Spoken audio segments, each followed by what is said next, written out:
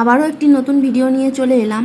তো এই ভিডিওটা হচ্ছে দোল পূর্ণিমার 2-3 দিন আগে, আর এই দিনই আমি এই বছরের প্রথমবার মাঠে গিয়েছিলাম। আর এই ক্লে আর্টটার সাথে ছবি নেব বলেই একটু সেজেগুজে গিয়েছিলাম। এই ক্লে আর্টের মাধ্যমে আমি রাধাকৃষ্ণের হোলি খেলার দৃশ্য ফুটিয়ে তুলেছি। প্রথমে তো ভেবেছিলাম এটার সাথে শাড়ি পরে কিছু ছবি ও ভিডিও নেবো। তারপরে মারে বললো যে ওনারা আজ মাঠে যাবে কড়াইশুঁটি তুলতে, কারণ আমাদের খাসারি কড়াই হয়ে আছে, কিন্তু ওনারা একদিনও যায়নি। তো এখন তো খুবই কম মাঠে যাই, তো মাঠে যাওয়ার সুযোগ পেয়ে আর ছাড়তে ইচ্ছা হয়নি।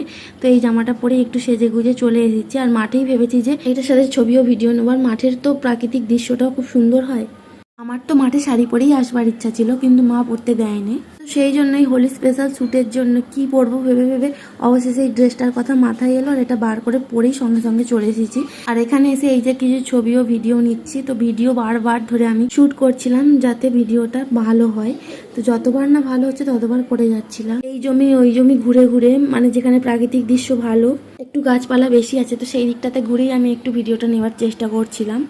যেই মাটির রাস্তাটায় আমি এখন দাঁড়িয়ে আছি সেটার কিছুদিনের মধ্যে পাকা রাস্তা হয়ে যাবে। আর এইটা হলো আমাদের বাগান, এই বাগানের মধ্যে পুকুর আছে।